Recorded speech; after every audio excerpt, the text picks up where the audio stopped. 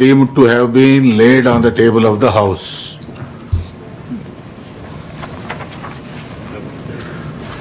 Madam, మాట్లాడతారా?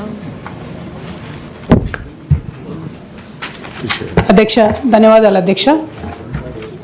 నేను గత సంవత్సరం సెప్టెంబర్ 3వ తారీఖు నాడు నా ఎమ్మెల్సీ పదవికి రాజీనామా ఇవ్వడం జరిగింది అధ్యక్ష. మీకు తమరికి చైర్మన్ ఫార్మాట్లోనే, హౌస్ ఫార్మాట్లోనే రెసిగ్నేషన్ లెటర్ పంపాను అధ్యక్ష.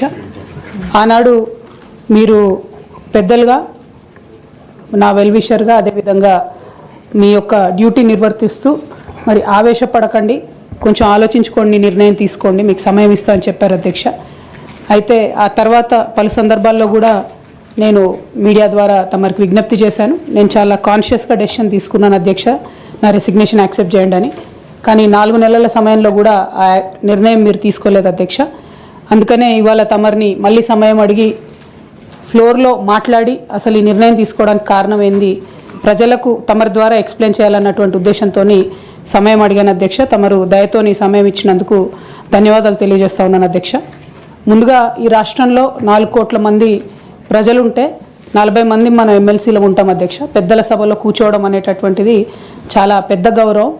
ఇటువంటి గౌరవాన్ని నాకు ఇచ్చినటువంటి బీఆర్ఎస్ పార్టీకి, అట్లానే నిజామాబాద్లో నాకు ఓటు వేసి గెలిపించినటువంటి మా ఎంపీటీసీ, జెడ్పీటీసీ సభ్యులకు ధన్యవాదాలు తెలియజేస్తూనే, నాకు ఇచ్చినటువంటి బాధ్యతను నేను నిర్వహించడానికి అదే బీఆర్ఎస్ పార్టీ నుంచి నాకు అనేకమైనటువంటి కట్టుబాట్లు ఎదురవుతూ ఉన్నాయి. కాబట్టి ఆ పార్టీ ద్వారా సంక్రమించినటువంటి పదవిని పెట్టుకోవడం అన్నది నైతికత కాదు. కాబట్టి ఆ పార్టీ ఇచ్చినటువంటి పదవికి రాజీనామా చేయాలని చెప్పి నిర్ణయం తీసుకున్నాను అధ్యక్ష. దాన్ని తమరు యాక్సెప్ట్ చేయాలని ఫ్లోర్ ఆఫ్ ది హౌస్లో అడుగుతా ఉన్నాను అధ్యక్ష. అదేవిధంగా అధ్యక్ష, తమరికి తెలుసు అధ్యక్ష, నేను గత 20 సంవత్సరాలుగా ప్రజా జీవితంలో ఉన్నటువంటి వ్యక్తిని. తెలంగాణ ఉద్యమ సందర్భంలో అనేక మంది కేసీఆర్ గారి నాయకత్వం పట్ల, ప్రొఫెసర్ జయశంకర్ గారి నాయకత్వం పట్ల ఇన్స్పైర్ అయ్యి ఎంతోమంది ఉద్యమంలోకి వచ్చినటువంటి వ్యక్తుల్లో నేను ఒకదానిగా ఆనాడు 2006లో ఉద్యమంలోకి వచ్చాను అధ్యక్ష. 2006లో నేను ఉద్యమానికి వచ్చేటప్పటికే బీఆర్ఎస్ పార్టీ పొలిటికల్గా ఒక శక్తిగా ఎదిగింది అధ్యక్ష. ఆనాటికే యూనియన్ క్యాబినెట్ మినిస్టర్గా కేసీఆర్ గారు కూడా ఉన్నారు. అయినప్పటికీ నేను బీఆర్ఎస్ పార్టీలోకి రాకుండా ఇండిపెండెంట్గా తెలంగాణ జాగృతి అనేటటువంటి సంస్థను స్థాపించి, ఆ సంస్థ ద్వారా తెలంగాణ ఉద్యమంలో ఎక్కడైతే గ్యాప్ ఉందో ఆ గ్యాప్ని ఫుల్ఫిల్ చేయడానికి, ముఖ్యంగా మహిళా లోకాన్ని తెలంగాణ ఉద్యమంలోకి తీసుకురావడానికి, యువమిత్రుల్ని తెలంగాణ ఉద్యమంలోకి తీసుకురావడానికి అనేక కార్యక్రమాలు చేపట్టడం జరిగింది అధ్యక్ష. అందులో ప్రధానంగా ఏదైతే మన సంస్కృతి గురించి అనేకమైనటువంటి చిన్న చూపు చూసేటటువంటి పరిస్థితి ఉన్నటువంటి సందర్భంలో మన బతుకమ్మ మన గౌరవం అని చెప్పి బతుకమ్మ పండుగను ముందుకు తీసుకెళ్ళి నేను ఊరూరా తిరుగుతూ మరి బతుకమ్మ పండుగ మన ఆత్మగౌరవానికి ప్రతీక అని చాటి చెప్పేటటువంటి ప్రయత్నం చేశాను అధ్యక్ష. అదేవిధంగా మన చరిత్రకు సంబంధించి 3000 సంవత్సరాల తెలంగాణ చరిత్రను కూడా నేను ప్రత్యేకించి ఒక చారిత్రక బృందాన్ని కూడా పెట్టుకొని మరి పుస్తకాలను కూడా వెలువరించడం జరిగింది అధ్యక్ష. తెలంగాణలో ఉన్నటువంటి చారిత్రక కట్టడాలను పరిరక్షించడానికి, ఆ కట్టడాల చుట్టూ ఉన్నటువంటి చరిత్రను కూడా నేను నిక్షిప్తం చేయడానికి చేయని ప్రయత్నం అంటూ లేదు అధ్యక్ష. అట్లానే ప్రధాన స్రవంతి మీడియాలో, సినిమాల్లో మనకు జరుగుతున్నటువంటి అవమానం పట్ల ఆనాడు ఉమ్మడి రాష్ట్రంలో చాలా తీవ్రంగా కొట్లాడడం జరిగింది అధ్యక్ష. మన భాషను, మన యాసను ప్రొటెక్ట్ చేయడానికి నా వంతు ప్రయత్నం చేశాను అధ్యక్ష.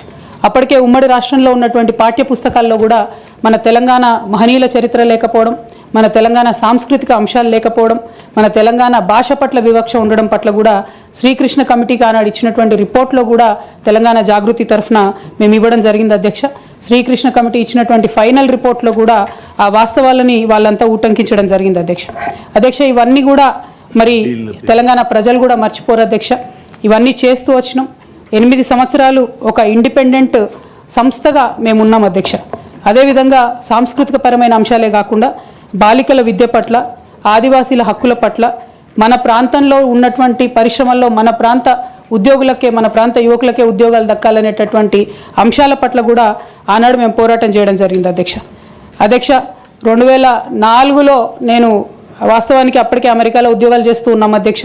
2004 ఆగస్టులో నేను నా పర్సనల్ రీజన్స్ కోసము భారతదేశానికి వచ్చాను అధ్యక్ష.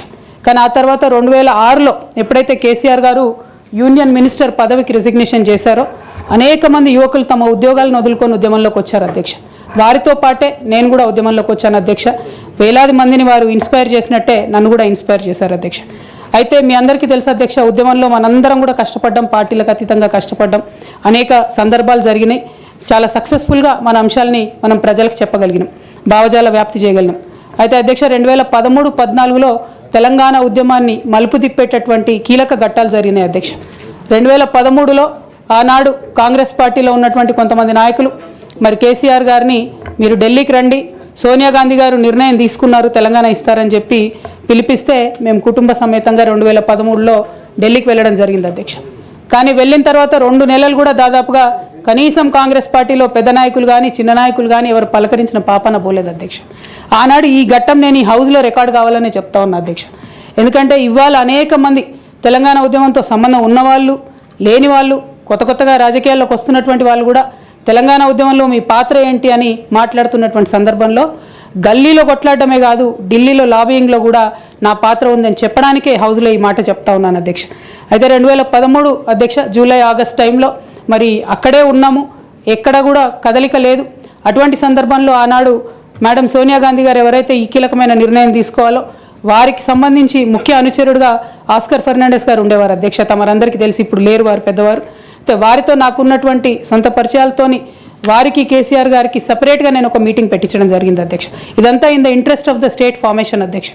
ఆ తర్వాత సోనియా గాంధీ గారు ఇంటర్ఫియర్ అయ్యి ఒకటే రోజులో అధ్యక్ష 7 నుంచి 8 సార్లు కమ్యూనికేట్ అయ్యి మాట్లాడి ఆ తర్వాత తెలంగాణ సాధన అనేటటువంటి అంశం ముందుకెళ్ళింది అధ్యక్ష. ఆ విషయం తమరికి కూడా తెలుసు అధ్యక్ష. 2013 ఆగస్టు సెప్టెంబర్ నుంచి మొదలు పెడితే 2014లో తెలంగాణ బిల్లు పాస్ అయ్యేంత వరకు కూడా మనందరం కూడా నిప్పుల కుంపటి మీద కూర్చున్నాం అధ్యక్ష. ఏ క్షణంలో ఏ ఆంధ్ర లాబీయిస్టులు వచ్చి ఇది చెడగొడతారో, ఏ క్షణంలో తెలంగాణ రాకుండా పోతుందో అని అందరం కూడా ఏమంటారు దీపపు చుట్టూ చేయబెట్టిన